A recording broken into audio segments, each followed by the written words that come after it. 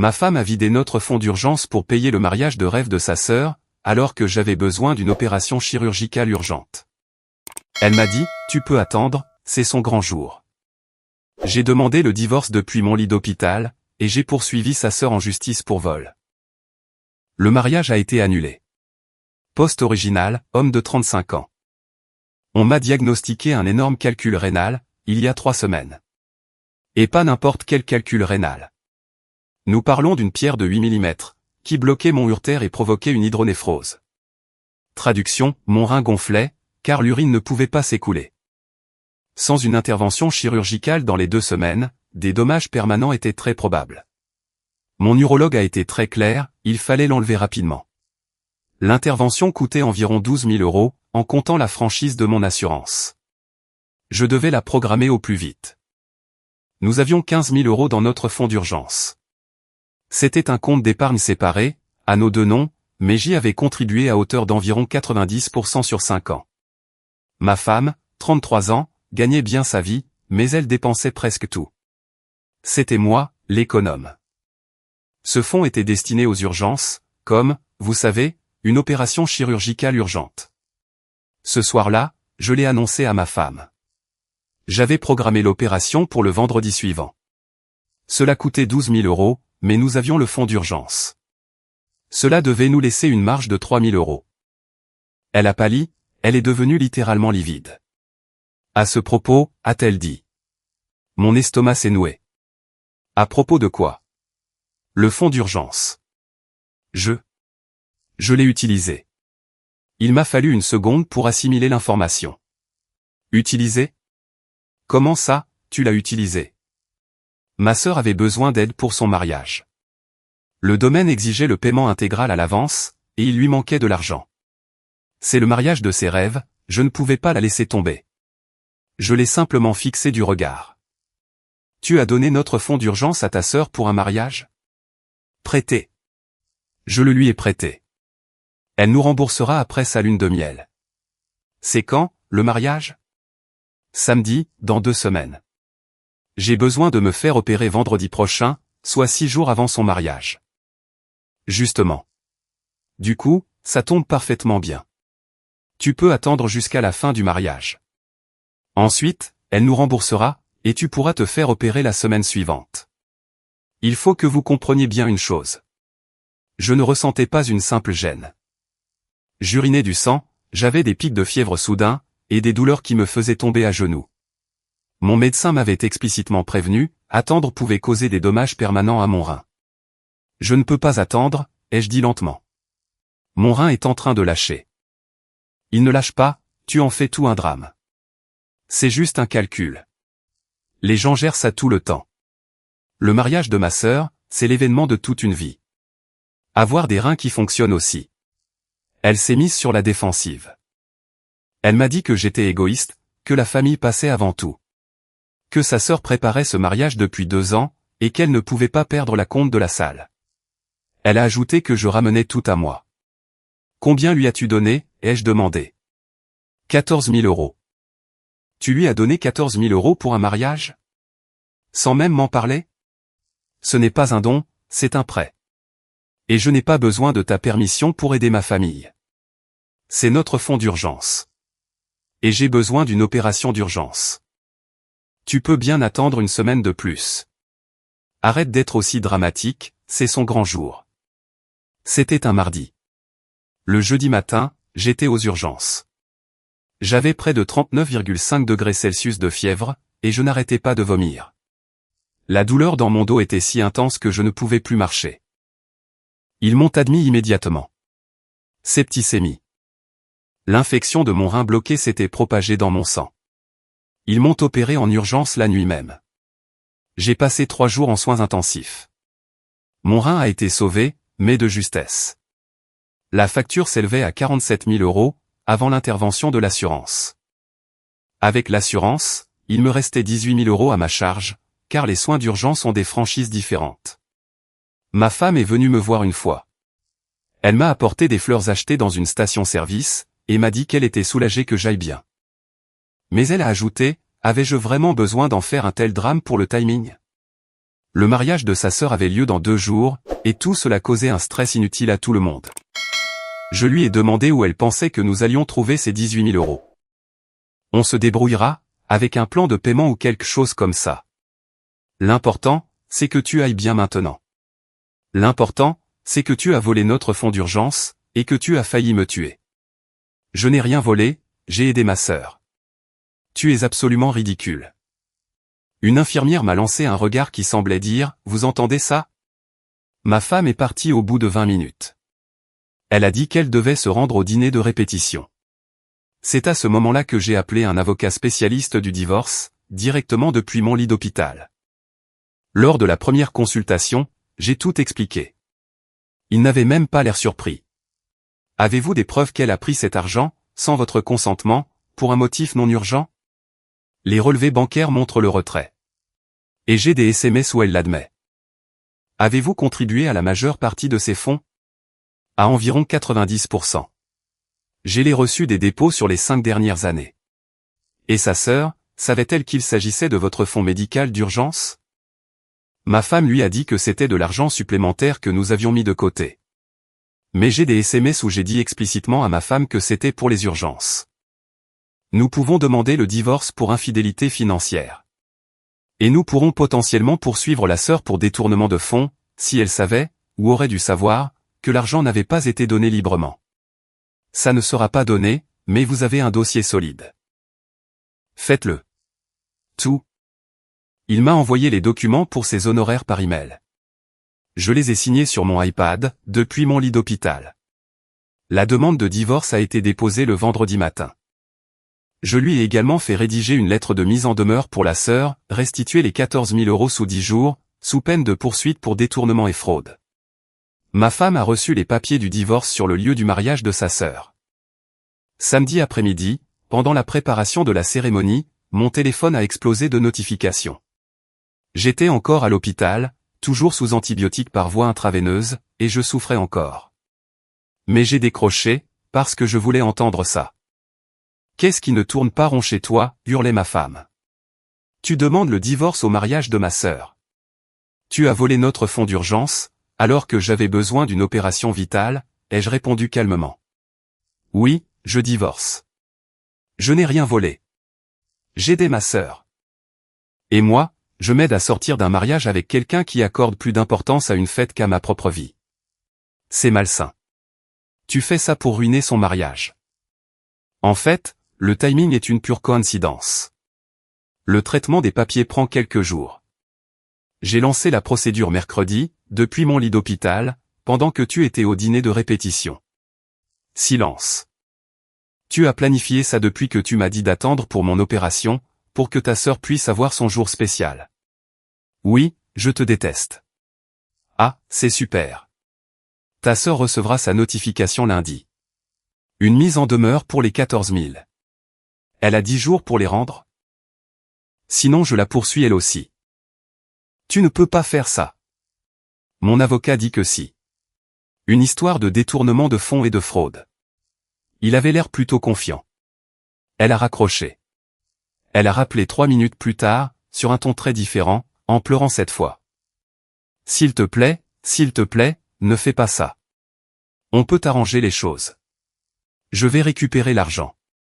Je vais lui parler. Mais s'il te plaît, ne gâche pas son mariage. Son mariage n'est pas mon problème. Mes dommages rénaux le sont. Ma facture d'hôpital de 18 000 € l'est. Mon mariage brisé l'est. Je suis désolé, j'ai fait une erreur, je vais me rattraper. Tu m'as dit d'attendre pour mon opération. Pendant que j'urinais du sang, pendant que mon rein lâchait, tu as choisi une fête au détriment de ma santé. C'est terminé entre nous. Mais je t'aime. Tu aimes davantage le mariage de ta sœur. Ça a été rendu extrêmement clair. J'ai raccroché. J'ai bloqué son numéro. J'ai dit aux infirmières de ne pas la laisser me rendre visite. 3 jours plus tard, je suis sorti de l'hôpital. Je vis chez mon frère pendant ma convalescence. Le divorce suit son cours. Le mariage de la sœur est prévu pour demain. Mais je suis à peu près sûr qu'il n'aura pas lieu. Pourquoi? Parce que lorsque les domaines de mariage découvrent qu'il y a un litige juridique en cours concernant leur paiement, ils ont tendance à tout bloquer jusqu'à ce que ce soit résolu. Mon avocat est très méticuleux. Mise à jour 2 semaines plus tard.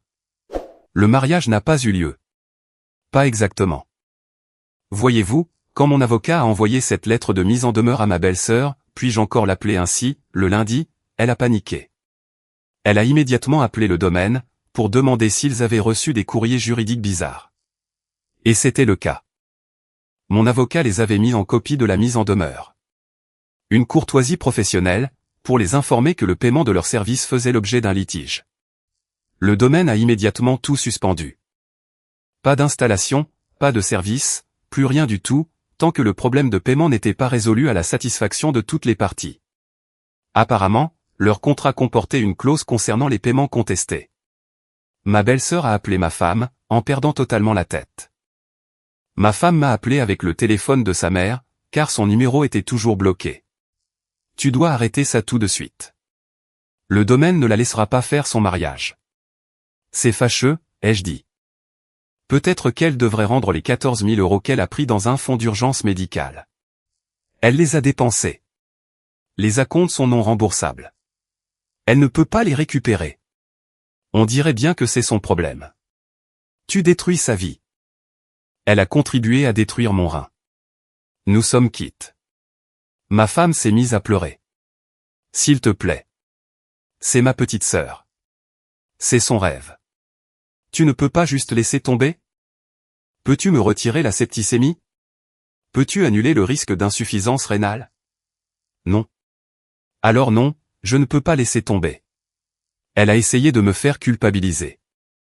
Elle ne savait pas que tu étais si malade. Je lui avais dit que c'était juste une intervention de routine. Donc, tu lui as menti sur le fait d'avoir volé notre fonds d'urgence. Ça n'arrange pas les choses. Je n'ai pas volé. Si, tu l'as fait. Et maintenant, vous faites toutes les deux face aux conséquences. Bienvenue dans l'âge adulte. Le mariage a été reporté. La belle-sœur a réussi à négocier avec le domaine. Il voulait bien lui réserver la date pendant 90 jours, si elle parvenait à prouver que le paiement était légitime. Ce qui veut dire, si les poursuites étaient abandonnées. Ce qui n'arrivera pas. Mais c'est là que c'est devenu vraiment hallucinant. Ma belle-mère a appelé. Elle a réussi à me joindre, car je ne connaissais pas son numéro. Tu dois arrêter ces absurdités immédiatement. Bonjour à vous aussi. Ma fille est effondrée. Sa sœur est hystérique. Tu détruis cette famille pour de l'argent. Pour 14 000 €, qui m'ont été volés alors que j'avais besoin d'une opération d'urgence, oui. Ce n'était pas volé. C'était un emprunt. La famille est de la famille. Alors la famille aurait dû m'aider à payer mes frais médicaux, au lieu de financer une fête. Un mariage n'est pas juste une fête. C'est un engagement sacré. Le mariage aussi. Et votre fille l'a violé quand elle a fait passer le mariage de sa sœur avant ma propre vie.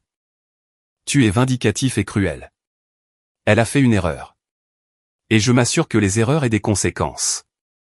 Si tu n'abandonnes pas ces poursuites, vous ferez quoi? Vous allez me poursuivre en justice? Allez-y. J'ai des relevés bancaires, des SMS, et des dossiers médicaux. Mon avocat adorerait facturer des heures supplémentaires. Elle a bafouillé. Vous êtes censé être une famille. La famille ne laisse pas l'un des siens faire un choc septique, juste pour payer la compte d'une salle de mariage. J'ai raccroché. Bloqué son numéro. Pendant ce temps, ma femme a emménagé avec sa sœur. Elle partage un appartement d'une chambre, parce qu'aucune des deux n'a les moyens de se payer autre chose.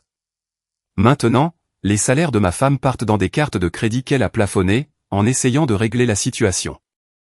Elle paie des prestataires qui refusent de rembourser, elle couvre le loyer de sa sœur, etc. Elle a essayé d'accéder à notre compte chèque commun, pour découvrir que j'étais déjà passé à la banque. Mon avocat m'avait conseillé de retirer immédiatement ma part, et de bloquer mon accès. Dans la plupart des États, on ne peut pas vider complètement un compte joint sans en subir les conséquences. Mais j'ai retiré mes 50%, et je les ai transférés sur un nouveau compte, à mon seul nom. J'ai laissé sa moitié intacte. Elle a appelé ça de la violence financière. Mon avocat a appelé ça la protection des actifs pendant une procédure de divorce. Le juge décidera en fin de compte, mais il ne verra probablement pas d'un très bon œil la personne qui a déjà vidé le fonds d'urgence. Le divorce avance vite.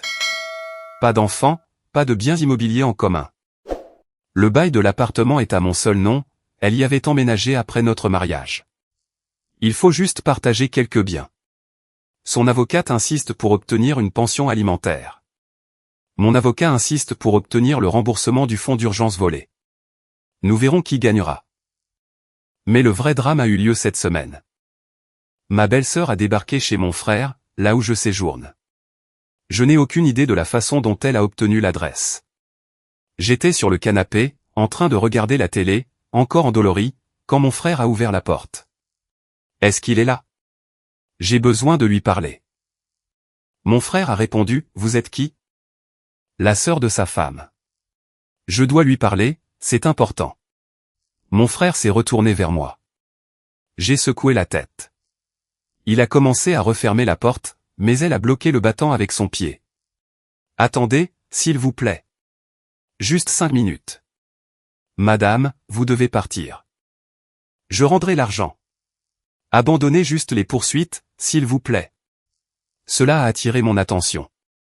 Je me suis levé lentement, toujours courbaturé. Tu vas rendre l'intégralité des 14 000 €. Oui. Enfin, la plupart. Je peux rendre 8 000 € tout de suite. Le reste sur 6 mois. Donc, non, tu ne peux pas le rendre. J'essaie, mais ce procès ruine tout. Le domaine refuse de travailler avec moi. La famille de mon fiancé pose des questions. Sa mère pense que je suis financièrement irresponsable. Tu as pris 14 000 € qui ne t'appartenaient pas pour un mariage. Tu es financièrement irresponsable. Je ne savais pas que c'était l'argent pour vos frais médicaux. Ta femme a dit que c'était juste des économies supplémentaires. Et tu ne t'es pas demandé pourquoi quelqu'un te prêterait 14 000 € d'argent au supplémentaire, sans aucun intérêt? Les larmes lui sont montées aux yeux. Je pensais qu'elle était généreuse. Je pensais que vous aviez les moyens. Nous les avions, jusqu'à ce que tu prennes notre fonds d'urgence. Je te rembourserai, je te le promets. Abandonne juste le procès. Tu viens de dire que tu ne pouvais me donner que 8 000 € maintenant. D'où vont venir les 6 000 restants? Mon fiancé m'aide, et mes parents aussi, et je vais prendre un deuxième emploi. Ton fiancé? Le gars avec qui tu essaies de te marier? Il est au courant de ça. Il est très compréhensif. Il sait que c'était une erreur. Est-ce qu'il sait que ta sœur a laissé son mari faire un choc septique, juste pour payer votre salle? Son visage s'est décomposé. Ce n'est pas elle ne voulait pas dire ça. Si, elle le voulait. Elle m'a explicitement dit que je pouvais attendre pour mon opération, jusqu'à ce que ton mariage soit passé. Avec ces mots exacts. Je suis désolé, je ne savais pas rien de tout, ça ne devait se passer comme ça, mais ça s'est passé.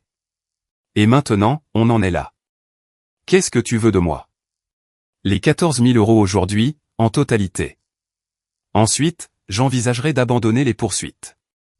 Je ne les ai pas. Alors, je suppose que les poursuites continuent. Mes factures médicales ne se soucient pas non plus du calendrier de ton mariage. Elle est partie en pleurant.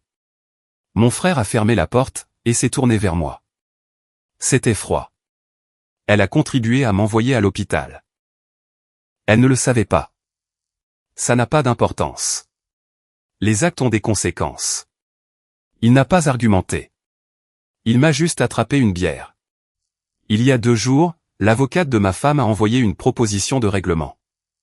Elle veut 50% de tous les biens matrimoniaux, ça, c'est juste, 50% de mon compte retraite, je vais probablement perdre sur ce point, et 2 000 € par mois de pension alimentaire pendant 2 ans. Eh bien non. Et que j'abandonne les poursuites contre sa sœur? Absolument pas. Partager les frais médicaux à 50-50e. Hilarant, vu que c'est elle qui les a causés. La contre-proposition de mon avocat, 50% des biens matrimoniaux, moins les 14 000 € volés dans le fonds d'urgence. Elle rembourse sa moitié du fonds d'urgence, soit 7 000 €, puisqu'elle y avait un accès et une responsabilité équivalents. Aucune pension alimentaire en raison de l'infidélité financière. Elle paie 75% des factures médicales, car ses actions ont directement causé l'urgence. Et les poursuites contre sa sœur continuent, indépendamment du règlement du divorce. Nous allons droit vers le tribunal. Aucun des deux camps ne cède. Mon avocat dit que je finirai probablement quelque part au milieu. Je devrais peut-être lui céder une part de ma retraite. Je n'aurai probablement pas à payer de pension alimentaire. Les frais médicaux pourraient être partagés à 50-50e. Mais le vol du fonds d'urgence est bien documenté, donc c'est du solide. Quant au procès contre la sœur, c'est distinct du divorce. Ça ira de l'avant, quoi qu'il arrive. Son avocat a envoyé une lettre pour demander un règlement à l'amiable, proposant 8 000 € payés sur 12 mois. Mon avocat a répondu, 14 000 €, plus les intérêts et les frais de justice, payés en totalité sous 30 jours, où on se voit au tribunal. Leur réponse, notre cliente ne peut pas répondre à ces conditions. La réponse de mon avocat, alors préparez-vous pour le procès. La date du procès a été fixée dans 8 semaines. La Cour des petites créances a une limite de 10 000 € dans mon État, donc nous allons au tribunal de district. C'est plus cher pour nous deux, mais je veux le montant total, plus les dommages et intérêts. Ma future ex-femme m'a envoyé un dernier SMS depuis un énième numéro, avant que je ne le bloque à son tour. J'espère que tu es heureux. Tu as tout détruit. J'ai répondu, tu as détruit mon rein. J'ai juste détruit le planning du mariage de ta sœur. Tu penses toujours que c'est moi qui m'en sors le plus mal. Mise à jour 2, 6 semaines plus tard. L'audience a eu lieu hier. L'audience pour le divorce, et celle pour le procès contre ma belle-sœur ont eu lieu la même semaine. Des juges différents. Un chaos absolu. Le divorce est passé en premier, car cela s'est réglé plus vite. Le juge était une femme d'une 60aine d'années, l'air fatigué, qui avait probablement déjà tout vu. Les deux avocats ont présenté leurs arguments. L'avocate de ma femme m'a dépeint comme quelqu'un de vindicatif, de cruel, punissant ma femme d'avoir voulu aider sa famille. Elle a montré des SMS où j'avais été froid et impitoyable. Mon avocat a montré les relevés bancaires, les dossiers médicaux, les SMS où ma femme admettait avoir pris l'argent, les SMS où elle me disait d'attendre pour mon opération, mes factures d'hôpital, et les documents prouvant la septicémie. La juge a tout lu, puis a levé les yeux vers ma femme. « Madame, avez-vous retiré 14 000 € de votre fonds d'urgence commun pour payer le mariage de votre sœur ? » ?»« Oui, mais... » »« Votre mari avait-il besoin d'une opération chirurgicale d'urgence à ce moment-là ? » ?»« Ce n'était pas une urgence, il faisait. »« Madame, j'ai ici des dossiers médicaux indiquant un choc septique et une opération d'urgence pour sauver son rein. C'est la définition même d'une urgence. Saviez-vous qu'il avait besoin d'être opéré ? Oui, mais le mariage était. Je me fiche du mariage. Avez-vous retiré des fonds matrimoniaux pour un motif non urgent, alors que votre mari faisait face à une urgence médicale ? Ma femme s'est mise à pleurer. J'essayais d'aider ma sœur. Ce n'est pas ce que je vous ai demandé. Oui, a-t-elle chuchoté, mais j'allais le rembourser. La juge n'a pas eu l'air impressionnée. Quand ? Après le mariage, ma sœur allait. Votre sœur. Pas vous. Vous avez pris 14 000 € en vous attendant à ce que quelqu'un d'autre les rembourse. Silence. La juge a revu les propositions une nouvelle fois. Voici ce qui va se passer. Les biens matrimoniaux sont partagés à 50-50e. À l'exception de la contribution au fonds d'urgence. Monsieur a contribué à ce fonds à hauteur d'environ 13 000 € sur 5 ans. Madame a contribué à hauteur d'environ 1 000 €. Madame remboursera sa part équitable du fonds d'urgence qui a été retiré, soit 7 000 €. À déduire de sa part des biens matrimoniaux. Aucune pension alimentaire. Chaque partie paie ses propres frais juridiques. Les factures médicales sont partagées à 60-40e, Madame payant 60% en raison de sa contribution directe à l'urgence qui les a causées. L'avocate de ma femme s'est opposée. La juge l'a recadrée. Votre cliente a pris de l'argent destiné aux urgences, alors que son mari avait besoin de soins d'urgence. Elle a fait le pari que ce ne serait pas une véritable urgence. Elle a perdu ce pari. Ce sont les conséquences. Mon avocat avait l'air satisfait. Moi, je me sentais juste fatigué. Ma femme a quitté le tribunal sans me jeter un regard. Son avocate avait l'air contrariée. J'ai obtenu 60% des biens matrimoniaux. Une petite somme, car nous n'avions pas grand-chose. J'ai gardé la totalité de ma retraite. Et elle me doit environ 3 500 €, une fois tous les calculs faits. De plus, elle se retrouve avec 60% de mes factures médicales sur les bras. Soit environ 11 000 euros. Le divorce est finalisé. C'est fait. C'est fini. Le procès a eu lieu 2 jours plus tard.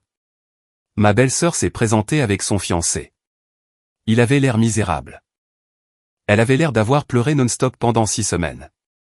Et c'était probablement le cas. Son avocat a essayé d'arguer qu'elle ne savait pas que l'argent provenait d'un fonds d'urgence médicale, et qu'il n'y avait donc pas de fraude.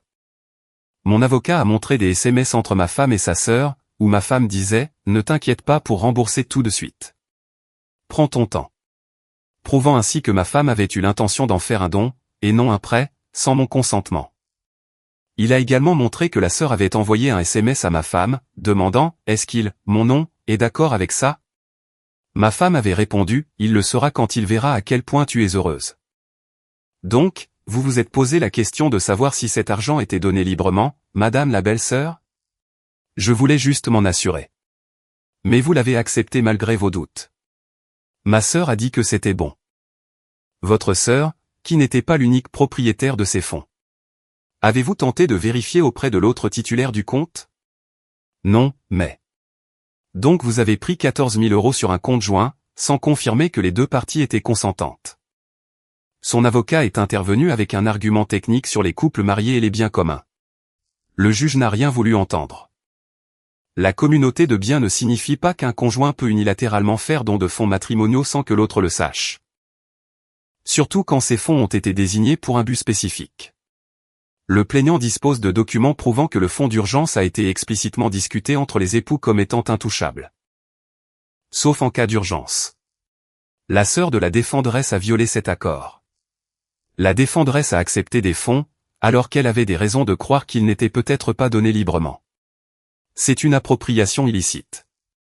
Il a statué en ma faveur. 14 000 euros, plus les frais de justice, et 6% d'intérêt annuel à compter de la date du retrait.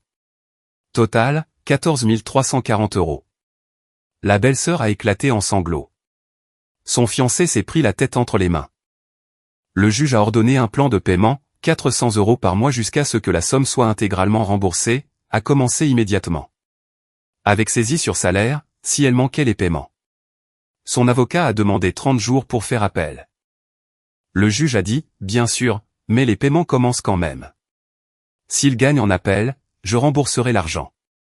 S'il ne gagne pas, elle continuera de payer. Ils ne feront pas appel. Ils n'en ont pas les moyens. À l'extérieur du tribunal, le fiancé s'est approché de moi. La belle-sœur pleurait toujours avec son avocat. Ça va la ruiner, m'a-t-il dit. Elle a pris 14 000 euros qui n'étaient pas à elle. Elle ne savait pas que c'était pour vos soins médicaux. Elle n'a pas posé la question. Ce n'est pas mon problème. Nous sommes censés nous marier le mois prochain. Un petit truc à la mairie. On ne peut même plus se payer ça, maintenant. Elle n'aurait pas dû dépenser 14 000 euros pour un domaine qu'elle ne pouvait pas se payer. Il s'est mis en colère. Vous avez eu votre jugement. Vous avez gagné. Vous ne pouvez pas juste laisser tomber? Pourquoi le ferais-je? Parce que vous ruinez nos vies. Elle a contribué à ruiner mon rein. La sœur de ton fiancé a failli me tuer. J'ai passé 3 jours en soins intensifs. J'ai des lésions rénales permanentes. Je souffre encore. Je paierai des factures médicales pendant des années. Mais bien sûr. C'est moi le méchant parce que je veux récupérer mon argent. Il n'a rien répondu, et est retourné vers sa fiancée. Ma femme m'a envoyé un SMS avec le téléphone de sa mère. Je l'ai bloqué immédiatement après. J'espère que tu es fier de toi. Ma sœur est dévastée. Son fiancé a des doutes. Tu as détruit sa vie. Je n'ai pas répondu. Mais si je l'avais fait, j'aurais dit qu'elle avait détruit mon rein, et que je n'avais fait que détruire le budget de son mariage. Un échange équitable. Mise à jour 3, dernière mise à jour. Cela fait 3 mois depuis les décisions du tribunal. Il est temps pour une dernière mise à jour, parce que les gens n'arrêtent pas de demander. Les paiements de 400 euros par mois ont commencé. La belle-sœur a réussi à les effectuer. De justesse. Elle a pris un deuxième travail. Son fiancé l'a quitté. Apparemment, découvrir que sa future mariée avait pris 14 000 € sans permission et s'était fait poursuivre en justice pour ça, ça a été rédhibitoire pour lui. Qui aurait cru que la responsabilité financière comptait dans une relation? Aux dernières nouvelles, elle vit avec mon ex-femme dans cet appartement d'une seule chambre. 2 femmes adultes dans un T2. La mère de mon ex-femme vient apparemment aussi y dormir parfois, quand elle a besoin de faire une pause avec son mari. Ça a l'air chaleureux. Mon ex-femme a payé sa part du règlement. Il lui a fallu 3 versements, mais elle y est arrivée. Par contre, pour sa part de la facture médicale de 11 000 €, elle a un plan de paiement avec l'hôpital. 200 € par mois pendant les 4 années et demie à venir. J'espère que les souvenirs du mariage de sa sœur en valaient la peine. Elle a essayé de me contacter 2 fois depuis que le divorce a été finalisé. Une fois par l'intermédiaire d'un ami commun, pour me demander si on pouvait parler comme des adultes. J'ai dit à cet ami que nous avions déjà parlé comme des adultes au tribunal, avec des avocats. Très adultes. La 2e fois, elle a débarqué à mon nouvel appartement. Comment a-t-elle eu mon adresse? Aucune idée. Sûrement par sa mère. Je n'ai pas ouvert la porte. J'ai juste appelé la ligne non urgente de la police, et j'ai signalé que mon ex-femme s'introduisait chez moi sans autorisation. Un flic est venu, et m'a expliqué que je pourrais demander une ordonnance d'éloignement si elle continuait à se présenter. Elle est partie. Je n'ai plus eu de ses nouvelles depuis. La situation médicale, mon rein a des dommages permanents, environ 40% de perte de fonction pour le rein affecté. L'autre va bien, et je peux vivre une vie normale avec un rein et demi. Mais ce sont quand même des dommages qui ne se seraient pas produits si j'avais été opéré à la date initialement prévue, au lieu de faire une septicémie. Mon médecin a été très franc, le retard vous a probablement coûté la moitié de la fonction d'un rein. C'était une issue évitable. Super, super, super, super. Au moins, ma belle-sœur aura pu visiter le domaine de ses rêves avant de le perdre. La situation financière, je m'en sors bien, mais ce n'est pas formidable. Le divorce et le procès n'ont pas été donnés. Mes frais d'avocat se sont élevés à environ 8 000 € au total.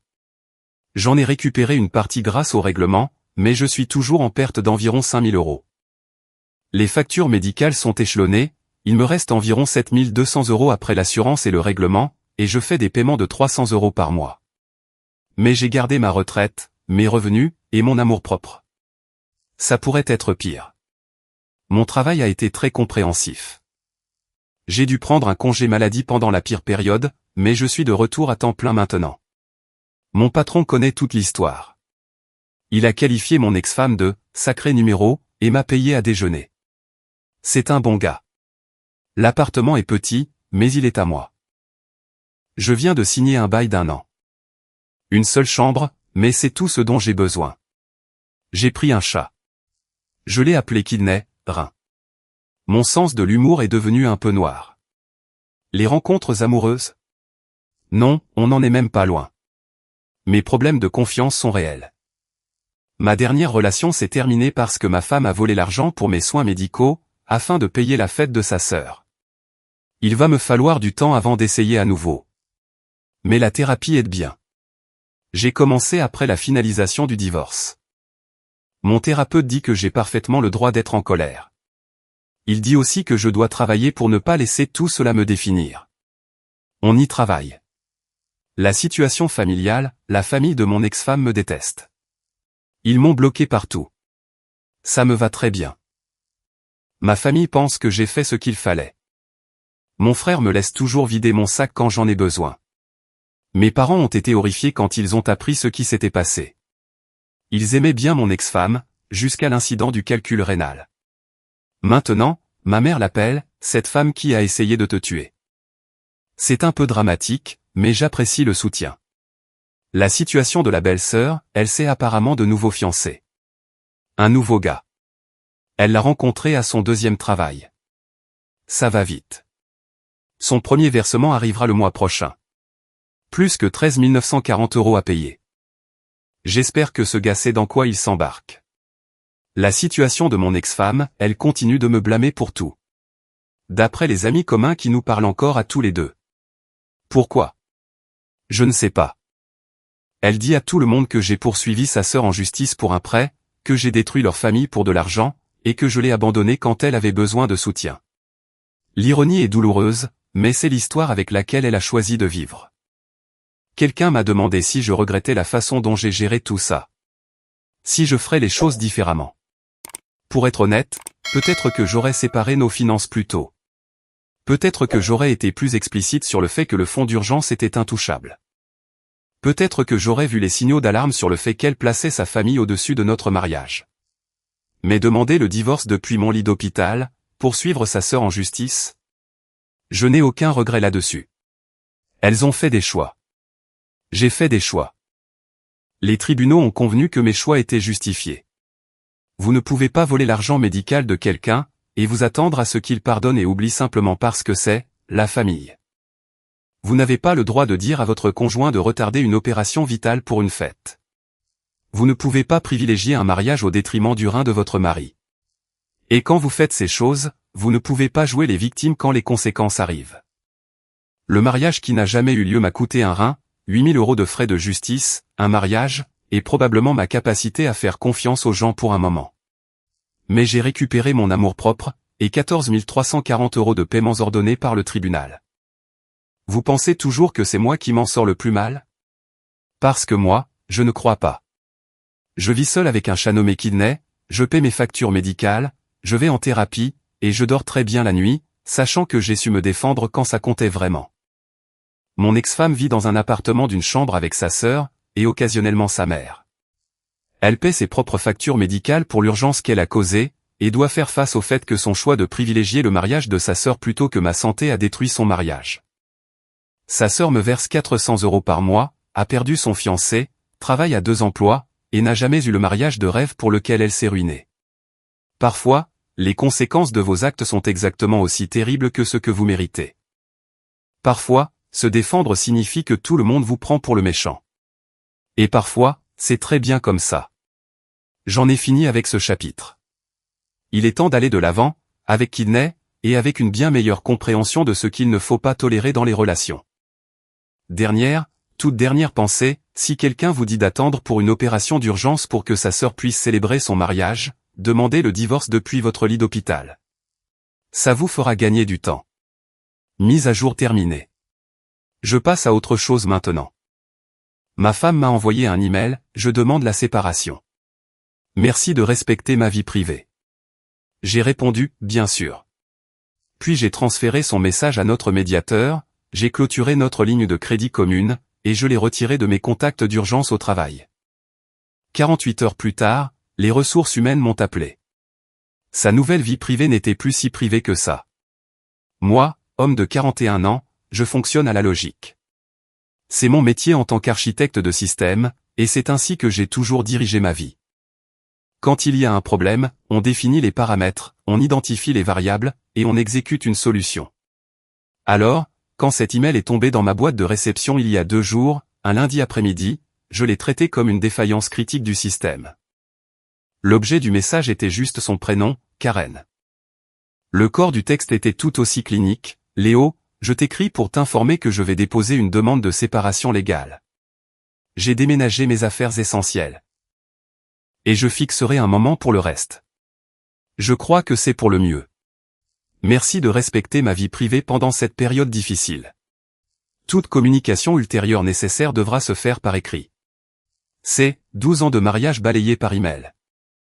Aucune conversation. Aucun avertissement. Nous venions de passer le week-end à jardiner. Nous avions réservé une table pour son anniversaire la semaine suivante. Une période difficile. L'audace d'une telle chose. La blessure était physique. Une pointe brûlante derrière mes côtes, mais je l'ai refoulée. Paniquer ne résout rien. Elle avait fixé les nouveaux paramètres. Il me suffisait d'opérer dans ce cadre. Respecter sa vie privée. Toute communication par écrit. Très bien. J'ai tapé ma réponse, le doigt assuré sur le clavier, bien sûr. Ensuite, j'ai commencé à exécuter la solution. Il ne s'agissait pas de vengeance, mais de l'atténuation des risques. J'ai transféré la chaîne de mai à notre médiateur. Nous consultions le docteur Albright depuis quelques mois pour travailler sur notre communication. Je suppose que Karen avait décidé qu'elle en avait fini avec la communication. J'ai ajouté une simple note, Dr Albright, pour vos dossiers. Il semble que nos séances soient terminées. Bien à vous, Léo. Cela crée une trace horodatée et officielle du fait que c'était elle qui initiait la rupture, selon ses propres termes. J'ai ensuite clôturé notre ligne de crédit immobilier, ELOC. Nous l'avions ouverte pour des travaux de rénovation il y a des années, mais nous l'avions gardée active en cas d'urgence. Le plafond était de 50 000 €. Nous, était désormais un concept obsolète. Je me suis connecté au portail de la banque, et j'ai initié la demande de clôture. Un tel risque financier, accessible par quelqu'un qui venait de rompre unilatéralement notre partenariat, était inacceptable. J'ai mis à jour mon profil professionnel. Ce fut l'étape la plus froidement logique. Je suis allé sur le portail RH de l'entreprise. Personne à contacter en cas d'urgence, numéro 1, Karen. J'ai cliqué sur la petite icône en forme de crayon, j'ai effacé son nom, son numéro, et j'ai mis mon père en première position. J'ai eu l'impression d'effacer une décennie de ma vie en 3 clics. Elle n'était plus la personne à appeler si j'étais en train de mourir. Le système était mis à jour. J'ai travaillé encore 1 heure, d'une concentration absolue. Puis je suis rentré dans une maison qui était subtilement différente.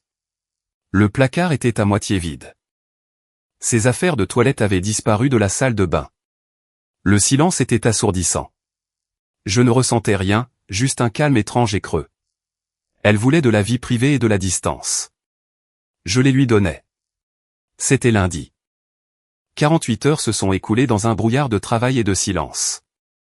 Et puis cet après-midi, le téléphone de mon bureau a sonné. C'était les RH. Léo, salut, c'est Juliane des ressources humaines. Tu as 1 minute? Sa voix était étrangement hésitante. Bien sûr, Juliane. Que se passe-t-il? Nous avons eu une petite situation, ici. Karen était en réunion dans notre bâtiment. Elle est consultante pour le département marketing à l'étage supérieur, et elle a fait une petite chute. Elle s'est assez gravement tordu la cheville dans le hall. Un moment de silence. Je n'ai rien dit. Eh bien, a-t-elle poursuivi, il n'y a rien de grave, mais elle souffrait énormément. Le protocole veut que l'on appelle le contact d'urgence de l'employé pour tout incident médical. Comme le chef de son département n'a pas pu en trouver un pour elle en tant que consultante. Ils ont vu qu'elle était enregistrée comme ton épouse dans ton dossier, et ont récupéré tes informations. Mais tu n'étais pas répertorié comme son contact, et elle n'était plus répertoriée comme le tien. Alors, nous avons appelé ses parents. J'ai attendu. Sa mère était très angoissée. Apparemment, ils n'étaient pas au courant d'un quelconque changement dans votre situation familiale, et ils étaient très confus de comprendre pourquoi l'entreprise les appelait d'une ville différente concernant la blessure de leur fille, au lieu d'appeler son mari. Qui travaille dans le même bâtiment. Les nouveaux paramètres avaient des conséquences imprévues. Sa vie privée si soigneusement organisée venait de fuiter publiquement. Je vois, ai-je dit d'une voix parfaitement neutre. Merci de m'avoir prévenu, Juliane. J'espère qu'elle va bien. Oui, eh bien, ça a fait un peu d'histoire. Sa mère a insisté pour parler à Karen, qui a dû lui expliquer la situation sur haut-parleur, avec un ambulancier à côté. C'était très gênant. Gênant. C'était un mot pour le décrire, oui. Elle voulait contrôler le récit, gérer sa sortie proprement et en privé. Mais la réalité et le protocole des RH avaient d'autres plans. La défaillance du système se propageait désormais en cascade, et j'avais le pressentiment que sa prochaine communication ne serait pas aussi polie. Mise à jour 1, cela fait 1 semaine depuis l'email. La guerre froide silencieuse est devenue brûlante. Comme prévu, la communication suivante n'a pas été polie. Elle est arrivée environ 1 heure après l'appel des RH, sous la forme d'une série de SMS qui ignorait complètement sa propre règle de communication par écrit uniquement. Ils ont appelé ma mère. Ma mère de 68 ans. Avec ses problèmes cardiaques. Qu'est-ce qui ne tourne pas rond chez toi? Tu m'as retiré de tes contacts d'urgence après 12 ans. C'est la chose la plus cruelle et psychopathe que j'ai jamais entendue. Et la ligne de crédit immobilier est bloquée. J'allais m'en servir pour l'acompte de mon nouvel appartement. Tu m'as laissé sur le carreau. J'ai lu les messages, l'arrogance irradiant à travers l'écran. Elle fait exploser notre vie, exige que je respecte sa vie privée, puis me hurle dessus quand les conséquences de cette même vie privée s'avèrent gênantes pour elle. Je n'ai pas répondu aux SMS. J'ai fait une capture d'écran de la conversation, et je l'ai envoyée par email au médiateur avec pour objet, correspondance supplémentaire. La véritable confrontation a eu lieu 2 jours plus tard. Samedi matin, je buvais mon café quand la sonnette vidéo de ma porte a retenti. C'était Karen et sa sœur, Béatrix. Karen était sur des béquilles, le pied dans une botte orthopédique, et avait l'air furieuse. Béatrix ressemblait à un nuage d'orage. Je n'ai pas ouvert la porte. Je leur ai parlé via l'interphone. Karen, tu avais dit que tu fixerais un moment. Ne fais pas l'enfant, Léo. Laisse-nous entrer. J'ai besoin de mes affaires importantes. Ton email disait que tu fixerais un moment. Ce n'est pas un moment fixé. Envoie-moi un email avec une proposition de jour et d'heure, et je confirmerai si ça me convient. Béatrix s'est avancée, plaquant son visage contre la caméra. Arrête de jouer. Elle est blessée par ta faute. Elle a besoin de ses vêtements d'hiver et de ses fournitures d'art. Tu ne peux pas prendre ses affaires en otage. Blessée par ma faute, ai-je demandé, d'une voix neutre. Je ne savais pas que je contrôlais l'intégrité structurelle du sol du hall. Karen a poussé un cri de frustration. Tu sais très bien ce qu'elle veut dire. Si tu n'avais pas été aussi mesquin, et si tu n'avais pas modifié les infos de contact, rien de tout ça ne serait arrivé. C'était à cause du stress. La logique était époustouflante. C'était de ma faute si elle était tombée, parce que j'avais suivi ses instructions. Envoie-moi un email, ai-je répété, avant de couper la communication. Elles ont frappé à la porte pendant encore 5 minutes avant de partir. 1 heure plus tard, j'ai reçu un email. C'était une liste. Pas une heure proposée, mais une liste d'exigences. Elle voulait ses affaires, mais cette liste était intéressante. Elle comprenait l'ensemble de gravures de cartographie anciennes du bureau, la bibliothèque artisanale fabriquée par mon grand-père, et la platine tourne-disque en édition limitée que nous avions achetée ensemble. Ce n'était pas ses affaires.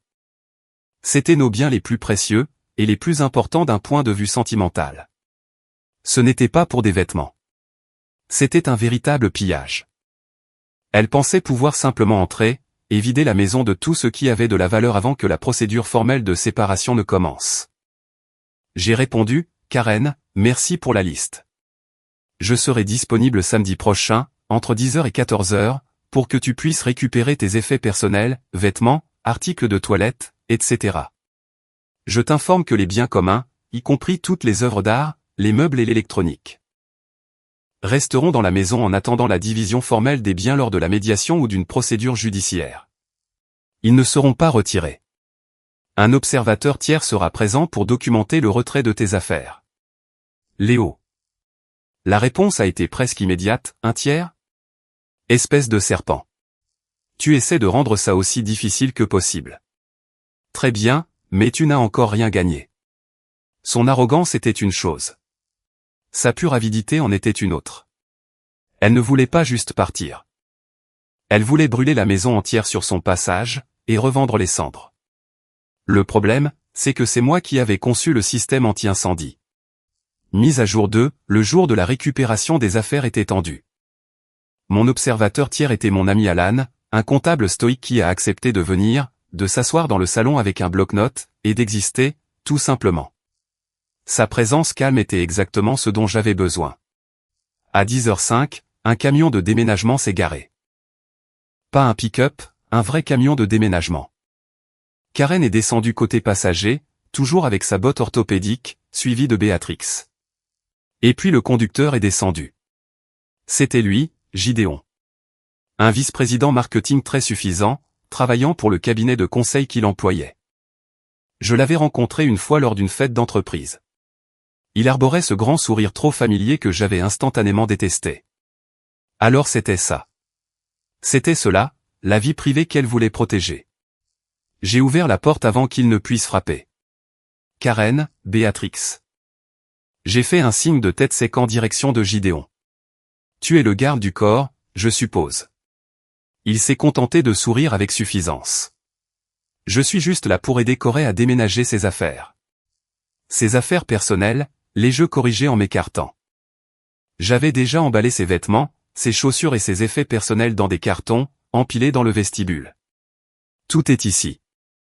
Alan observe pour s'assurer que le processus se déroule sans accroc. Alan a fait un petit signe de la main depuis son fauteuil. Le visage de Karen s'est figé. Ce n'était pas la grande braderie qu'elle avait imaginée. Les gravures du bureau ne sont pas là, a-t-elle dit d'une voix coupante. Comme indiqué dans mon email, les biens communs restent ici, ai-je répondu calmement. C'était un cadeau de mes parents, a-t-elle cinglé. C'était un cadeau pour nous, pour notre 5e anniversaire, ai-je rétorqué. J'ai la carte. Elle nous est adressée à tous les deux. Il reste. C'est là que les choses ont dégénéré. Béatrix a commencé à fouiner dans le salon. Et le meuble télé? C'est Karen qui l'a choisi. Et c'est moi qui l'ai payé, ai-je répondu. Il reste. Gideon, essayant de jouer au héros, s'est avancé. Écoute, mec. Ne fais pas ton crétin. Laisse-la juste prendre ce qu'elle veut, pour qu'on puisse s'en aller. Les choses qu'elle veut sont des biens matrimoniaux, Gideon. Je suis sûr qu'en tant que vice-président, tu comprends le concept d'actif. À moins que tu n'aies envie que ton nom soit formellement inscrit dans nos documents de séparation. En tant que tiers impliqué facilitant le retrait non autorisé d'actifs. Son sourire a disparu. Il a fait un demi-pas en arrière. La menace d'être entraîné légalement dans ce pétrin était un langage qu'il comprenait parfaitement. La goutte d'eau a été une œuvre d'art. Pas une œuvre de grande valeur monétaire, mais d'une valeur sentimentale immense. C'était une sculpture étrange et magnifique, faite de bois flotté et de verre recyclé, que nous avions trouvée dans une petite galerie pendant notre lune de miel. Elle s'appelait « Le Vagabond ». Elle représentait le début de tout. « Je prends le vagabond », a-t-elle déclaré, se dirigeant vers la cheminée. « Non », ai-je dit. Ma voix était basse, mais elle a traversé la pièce. « Tu ne le prends pas, ce n'est qu'un morceau de bois, Léo. Ne fais pas l'enfant. Ce n'est pas qu'un morceau de bois, et tu le sais. Il reste ici jusqu'à ce que ce soit décidé légalement. » Elle a poussé un sanglot, un bruit théâtral et frustré. Et puis elle a fait une chose à laquelle je ne m'attendais absolument pas. Elle a tendu la main, a attrapé la sculpture, et l'a délibérément poussée de la cheminée. L'objet a percuté le foyer en pierre dans un fracas écœurant, les délicats composants de verre se brisant en 1000 morceaux. Silence. Alan a arrêté d'écrire, et a juste fixé la scène. Béatrix a poussé un hoquet de surprise. Gideon avait l'air horrifié. Karen se tenait là, respirant bruyamment, avec un regard laid et triomphant sur le visage. Voilà, a-t-elle dit. Maintenant, aucun de nous ne l'aura. J'ai regardé les morceaux brisés sur le sol, puis son visage.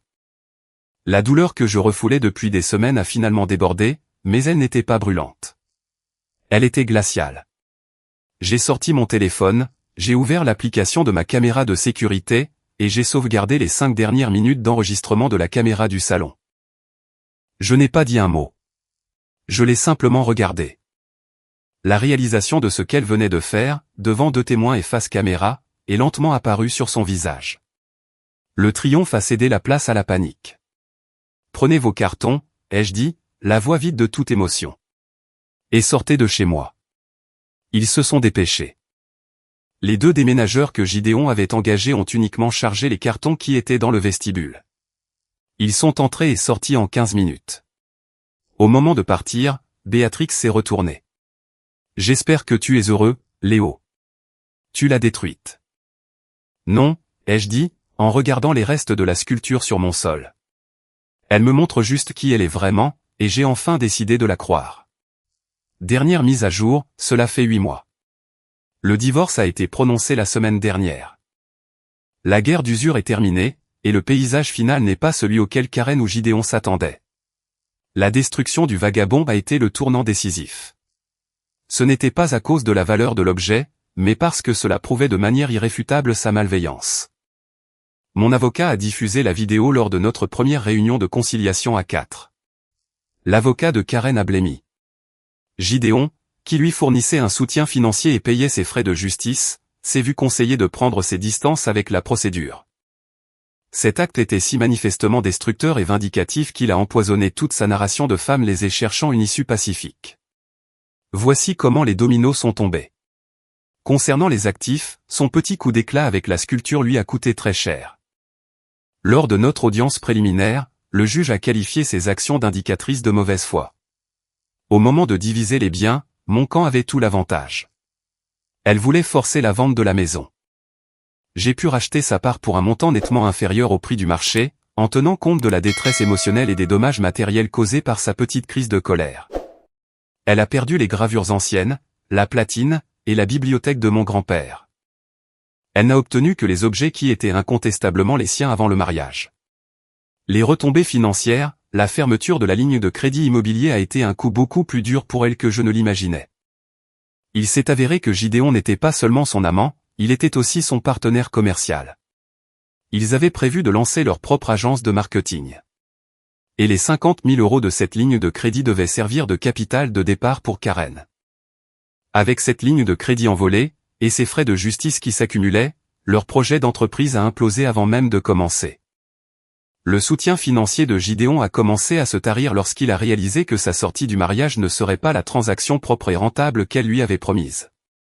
Les conséquences professionnelles, l'incident avec les RH a eu des répercussions plus longues que je ne le pensais. La scène gênante avec sa mère au téléphone s'est transformée en rumeur de couloir. La tentative de Karen de garder secrète sa liaison avec un vice-président a spectaculairement échoué. Quand les détails de leur déménagement désastreux et de la sculpture détruite ont commencé à filtrer via des connaissances communes, leur réputation professionnelle en ont pris un coup. Ils n'ont pas été licenciés, rien d'aussi dramatique. Mais ils ont été perçus comme des gens instables, dramatiques, et indignes de confiance. J'ai appris par un ancien collègue que Gideon n'avait pas obtenu de promotion au sein de la direction, qui invoquait des doutes quant à son jugement. Karen et lui sont apparemment toujours ensemble, mais ils vivent dans un petit appartement en location, leur grand projet réduit en poussière. L'insulte finale, lors des dernières étapes du divorce, Karen, désespérée, a tenté de réclamer une importante pension alimentaire à long terme. Mon avocat a soumis une dernière preuve, une chronologie détaillée. Elle commençait à la date où Gideon et elle avaient déposé le nom de domaine de leur future entreprise, 3 mois avant qu'elle ne m'envoie cet email. Cela montrait noir sur blanc que son départ était une décision financière préméditée, et non le résultat d'une période difficile dans notre mariage. Le juge lui a accordé 2 ans de pension compensatoire minime. À peine de quoi couvrir les traites de sa voiture. Ce fut une défaite juridique totale. Je n'ai jamais eu d'excuses. Je n'ai jamais vu le moindre remords. Aux dernières nouvelles, d'après les rumeurs, elle raconte aux gens que j'ai fait une dépression, et que je l'ai fait fuir par mon comportement paranoïaque et contrôlant. Ce récit est la seule chose qui lui reste. Mais je suis libre. La maison est calme. J'ai balayé les morceaux du vagabond moi-même. Je n'ai pas eu le cœur de les jeter. Alors, ils sont dans une boîte, au grenier. Un rappel que parfois, les choses doivent être complètement brisées avant de pouvoir construire quelque chose de nouveau. Je commence à reconstruire. C'est un processus lent et logique. Et pour la première fois depuis longtemps, le système est stable.